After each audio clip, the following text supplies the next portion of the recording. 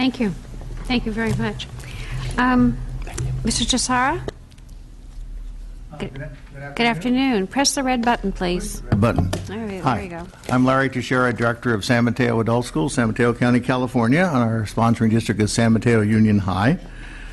First, I'd like to say thanks to the Senator Liu and members O'Donnell and Medina for their opening comments. It made me feel very welcome and comfortable here. And I know that Member McCarty also has a soft spot for adult education.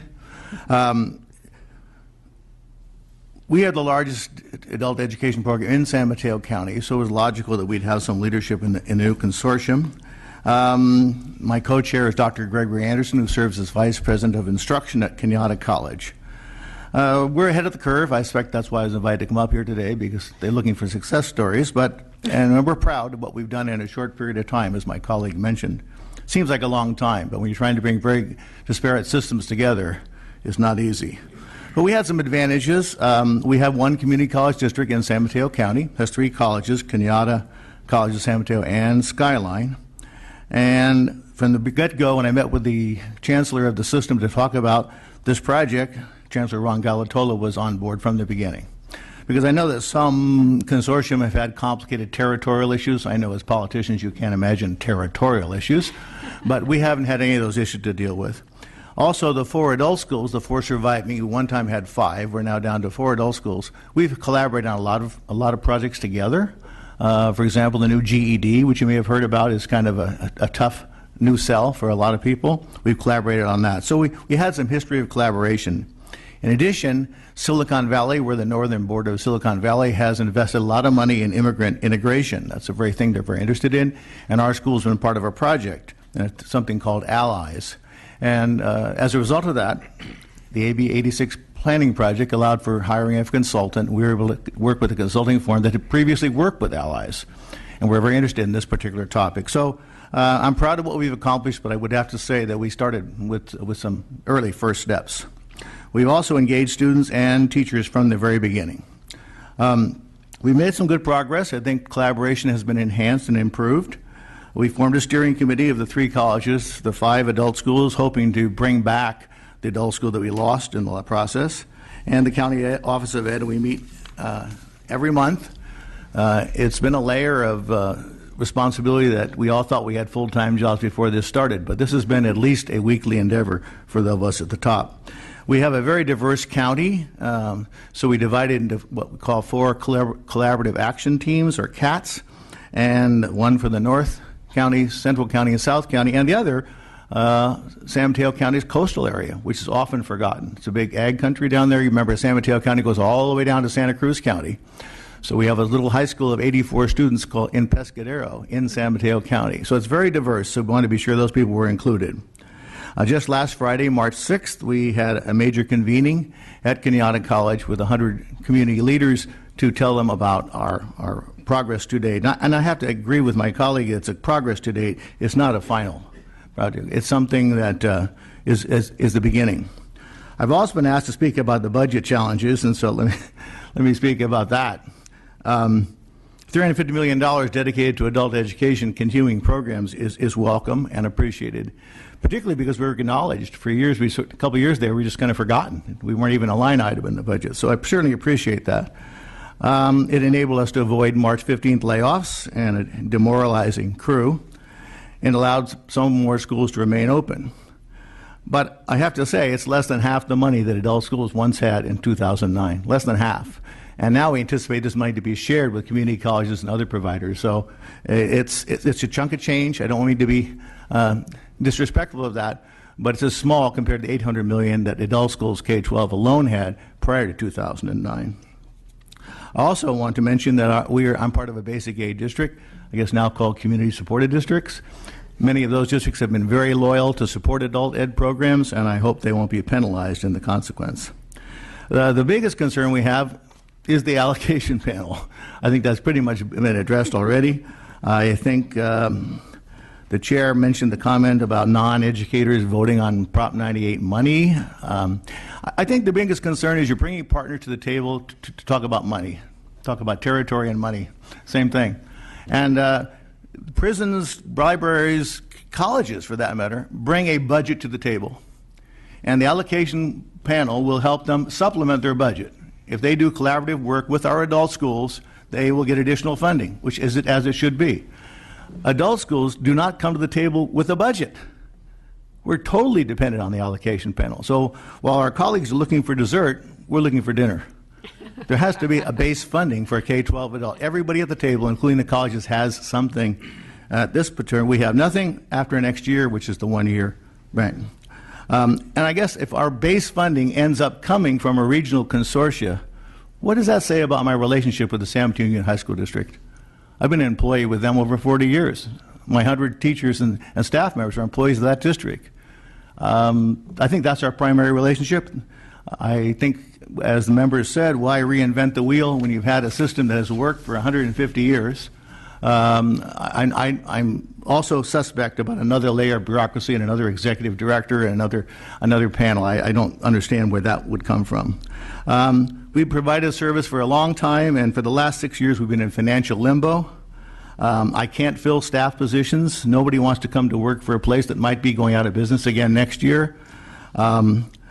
Comprehensive immigration reform is on the docket for everybody at every level. For years, that's been a primary mission of K-12 adult education. That need isn't going to go away. It's only going to grow. I think adult education has always given you good bang for the buck. I think if you give an adult educator a chunk of change, you'll get more direct services for a student than any other level of public education. So please, we need you to validate our work by providing some dedicated funding to the K-12 system. Thanks. Thank you. Sherry Watkins and Lori Morton from the State Center.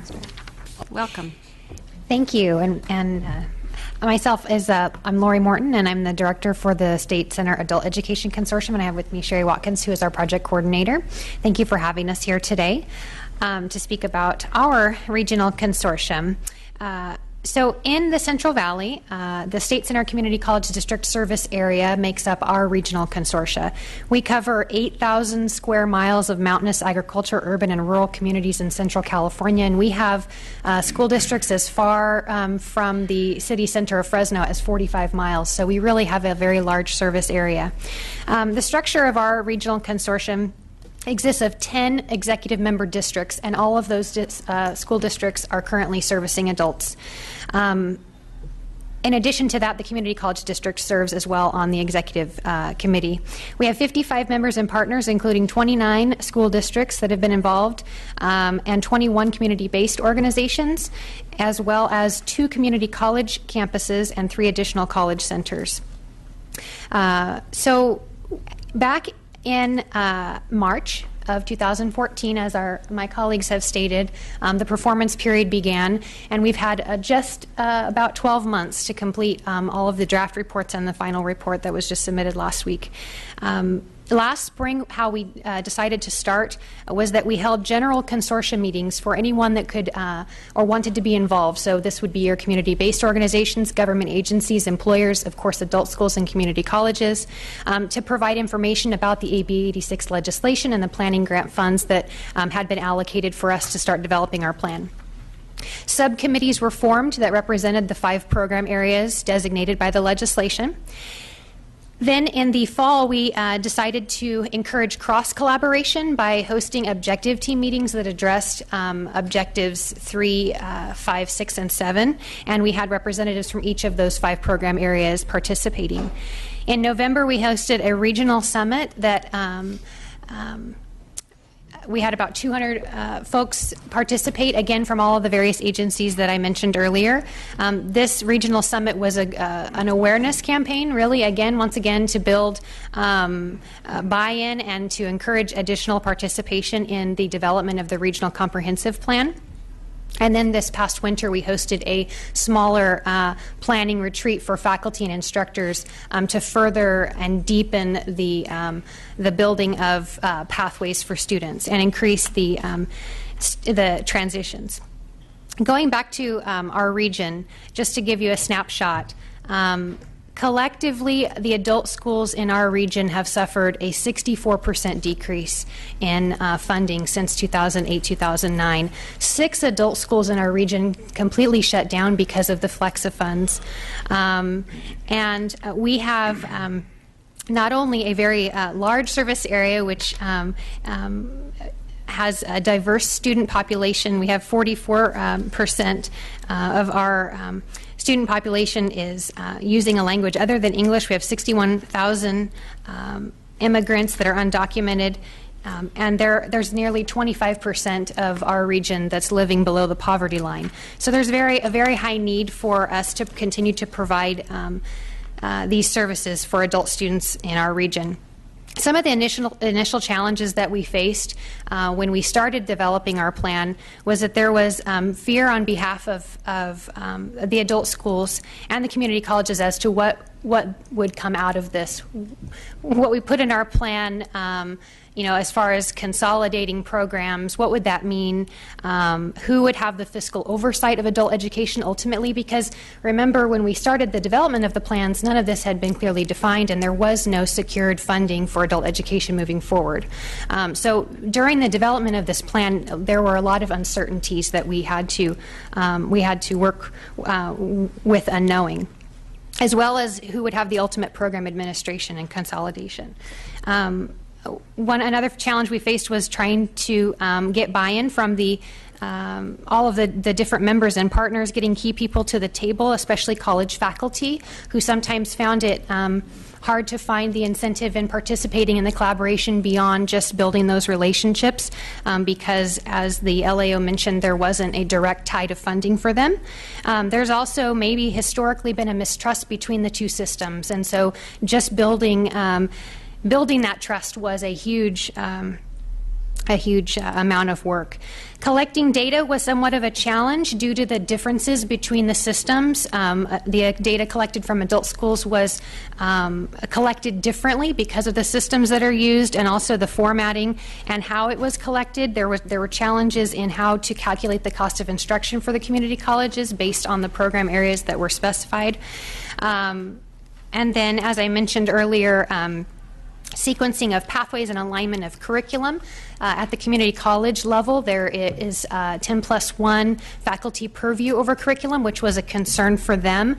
What did that mean, and how were those things going to change? And then I do also have to stress the timeline that we were presented with. So in just under a year, and if you deduct the summer time that faculty are not in session, with the size of our region and the number of partners and members that we had, I'm really proud of the work that we put together and the plan that we submitted, because there were a lot of pieces, a lot of moving parts that went into this, and to develop a plan that's truly representative of our region, it's really hard to do all of that. So I would totally agree with both of you that this is really just the start.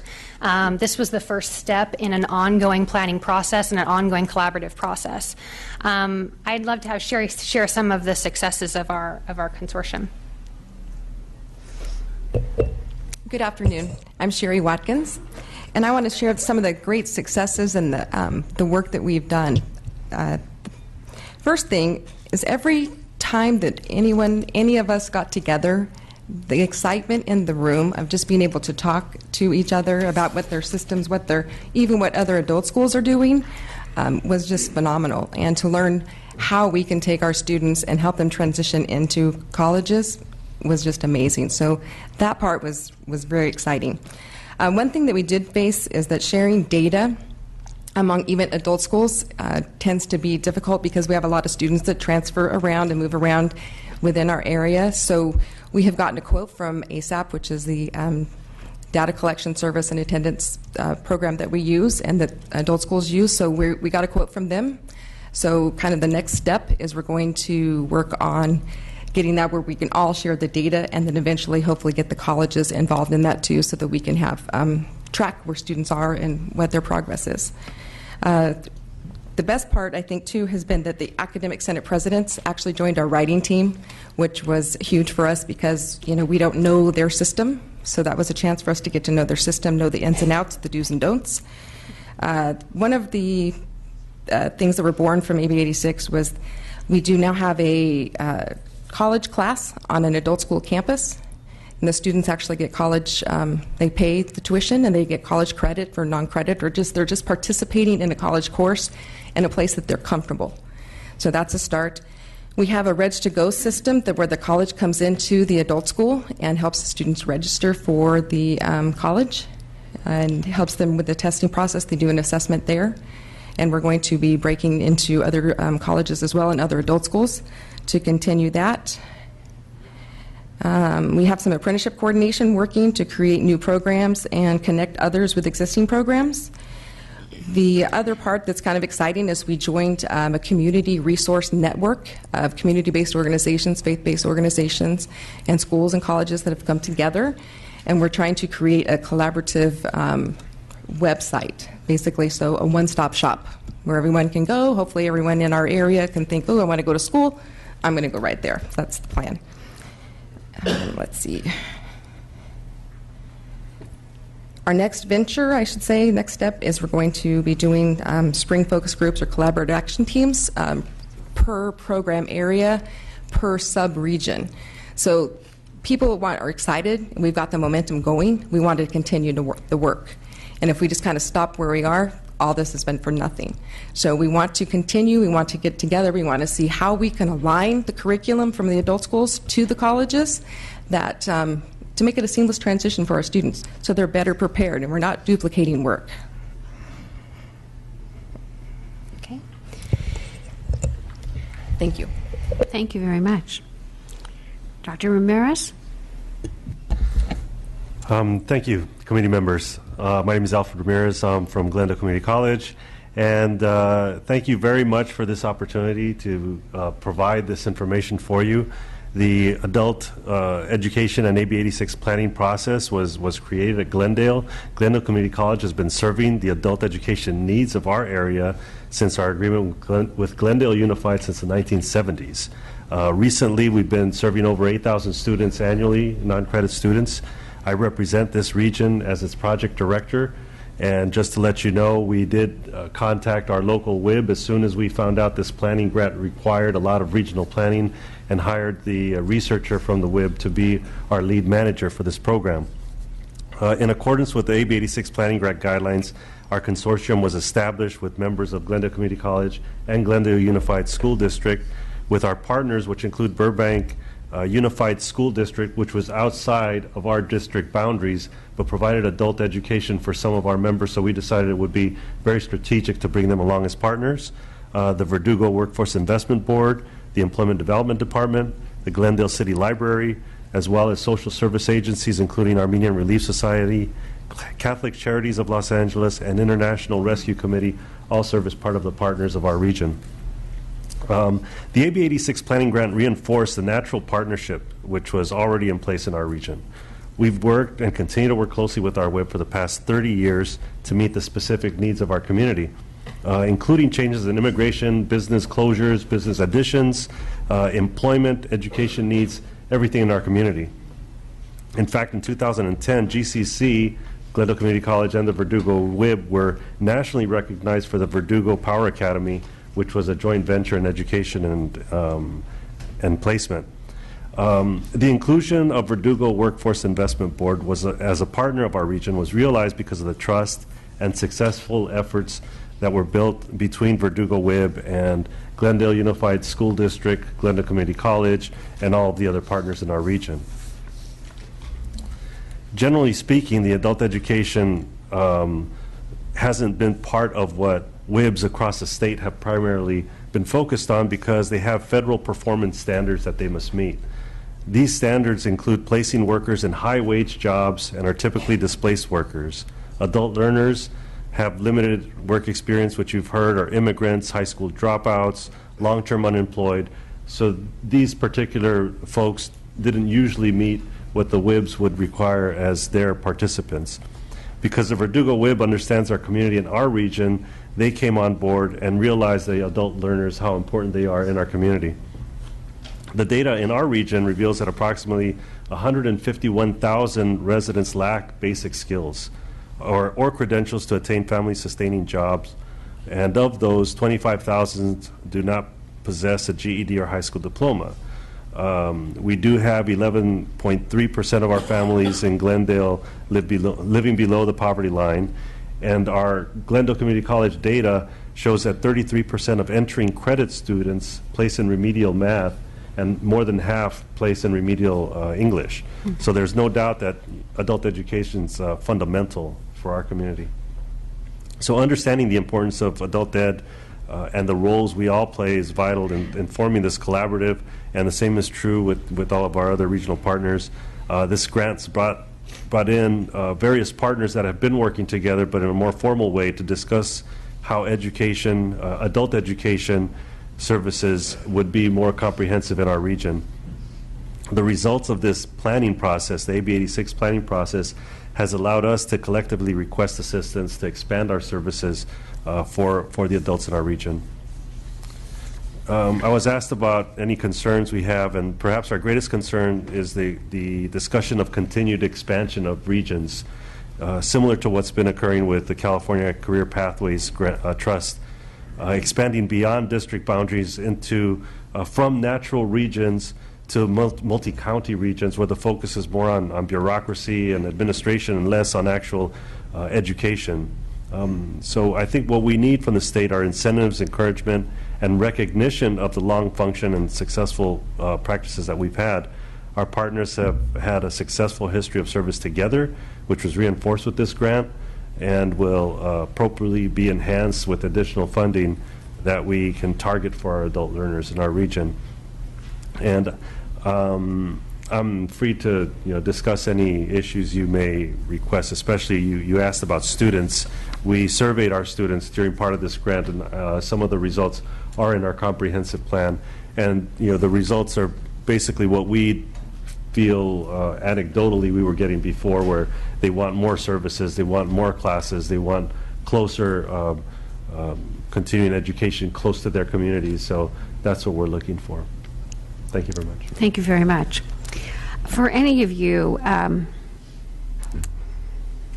have you begun to address the questions about curriculum alignment or fees? You have about assessments, reciprocity, etc., with your partners, and have you moved on any of those issues? Student identification, trying to smooth out the different systems that we're all involved with? I can. Oh, go ahead. You mentioned the importance of curriculum alignment and working with new programs, innovative programs. One of the big issues that we've had at community colleges with our adult education program is a fundamental issue of hiring additional non-credit full-time instructors, which fights against what the college needs to meet the requirements of their full-time obligation of hiring. And this creates a difficulty in hiring full-time non-credit instructors at a community college that will be involved with shared governance, that will be involved with curriculum, that will be involved in all the other aspects, the administrative aspects that involve getting that person out of the classroom and into the administrative structure of curriculum development. So that's one thing that we've discussed, heavily in our region, and I think that's been discussed, statewide, where adult programs at community colleges have difficulty with that, with the faculty obligation number that colleges must have. If we were to take, because I understand it, that to teach adult ed, you have to have a teaching adult ed credential. If we were to take away the credential requirement, they would still, the colleges would not be able to hire them as full-time instructors, or they would be able to hire them as full-time instructors, but the incentive wouldn't be there, because 75% of faculty members have to be full-time and 25 part-time, so it wouldn't be an incentive to the colleges to hire more people. Additionally, there are different structures. For example, and I'm not sure about my colleagues, but at Glendale Community College, our non-credit instructors meet the same minimum qualifications as credit, which means right. master's degrees, Master's degree, where some don't meet that level. So that would be that's another area where we were discussing how can we work with that. okay. I would agree that that having the adult education credential does not necessarily mean that they would meet the minimum qualifications for adjunct faculty at the community college level. So that has been a discrepancy that we found. Another issue that we've had with that is that we noticed in a lot of the meetings, especially when we had our faculty curriculum development retreat, that there's different language that's being used with ESL. What's intermediate, what's lower level. They're very different. The adult schools have their own terms, and the community colleges use different ones. And so having that ongoing collaboration so that they can work together to streamline or realign what it is they're doing has been incredibly helpful. The retreat that we hosted, I think, broke down a lot of walls between faculty and instructors at the adult schools and community colleges, and helped them. They actually made pathway maps, so they determined where students' entry points are, the pathways that they would need to do to complete certain program areas, and then the multiple exit points that are available to them. And I think that helped them see the bigger picture as far as why they need to work together and how it would benefit students. Because when students don't understand what their next step is, it's very hard for them to transition, especially between the systems. So things like that have been very successful. But we would recommend or suggest maybe that if the Community College Chancellor's Office and the CDE were to develop some reciprocity guidelines, that would be helpful for us. We've talked a lot about trying to define a common assessment tool, but there are several of those out there. So that could be a local or regional decision. But if there were some guidelines or some standardized processes, that would be helpful too. So. Okay. I had a question on, Sure. on faculty and talking about that the difference between the teachers in the K-12 and faculty in the community college. So my first question is, what qualifies, or what do you look at as adult ed in the community college, and what do those teachers have as credentials? So first two questions. The minimum qualifications for adjunct faculty are defined by the Community College Chancellor's Office, and it really depends on the content area. So for the academic areas like English, math, usually that requires a master's degree. But if you're talking about career technical education courses, it really it depends on the content area in which they're instructing. So if they are let's say they're a manufacturing instructor, they may not be required to have a master's degree, but only an associate's degree and 6 years of work experience, or 2 years and a bachelor's degree instead. But what the community college looks at then as adult education is non-credit. So those classes that are below college credit, say in math and English, that would be what you're looking at as adult ed within the community college? Well, I can address a little bit of that. We do have the standards that were spoken of by my colleague here, Timothy Pollack from San Diego. Were very accurate for credit. In non-credit, we have a different standard. It does not require the master's degree at this point in time. It is a bachelor's degree and work or associates with work experience, depending on the program that is being taught. And right now in our district, there is a lot of discussion about the minimum qualifications and how they can be addressed across the three systems. We're not just looking at K-12 adult education to non-credit, but also non-credit to credit. Because what we found regarding curriculum is that the curriculum, although it may be labeled different in terms of the steps, there's more commonality between the curriculum that's taught not only in K-12 and non-credit, but non-credit to credit. So we see that we've been moving forward on curricular alignment in that sense. And in this past December, we actually began implementing creating the implementation phase of AB 86 by asking for curriculum proposals as a part of this planning process. So according to the plan and the pathways that are defined here to be able to develop curriculum that would allow student transition through those systems. I heard you say that in San Diego, your Yes, area, right? Yes, sir. It's not similar students, but the same students. Correct. So I understand that, but I'm trying to understand, and I understand coming from the K-12, what adult education is, but I'm trying to understand a little bit better what is adult education in the community college system. So a student who's been in adult ed in the K-12 system, he comes to a community college to want to take classes. What you're offering is the remedial classes in math and English. Is that adult ed? Because there's not an adult ed education department within community colleges. So I'm just trying to get an idea of what the classes are and where they're placed. It would be what the classes they're the taking. non-credit offerings. And just to give you some scale perspective, we serve 45,000 unduplicated students each year in only our School of Non-Credit and Adult Education. It is that large of an institution. And those non-credit classes, some of those are the remedial classes, yes? Some of them are, yes. In math and English? Correct. Others are vocational certificates in a variety of areas. CTE, there's citizenship, ESL, the basic skills, high school diploma program, the GED program. And then those teachers who teach the classes in, say, math and English, non-credit because they're remedial, they're below college level. They don't need a master's, you said? And non-credit, not at this time, in the minimum qualifications.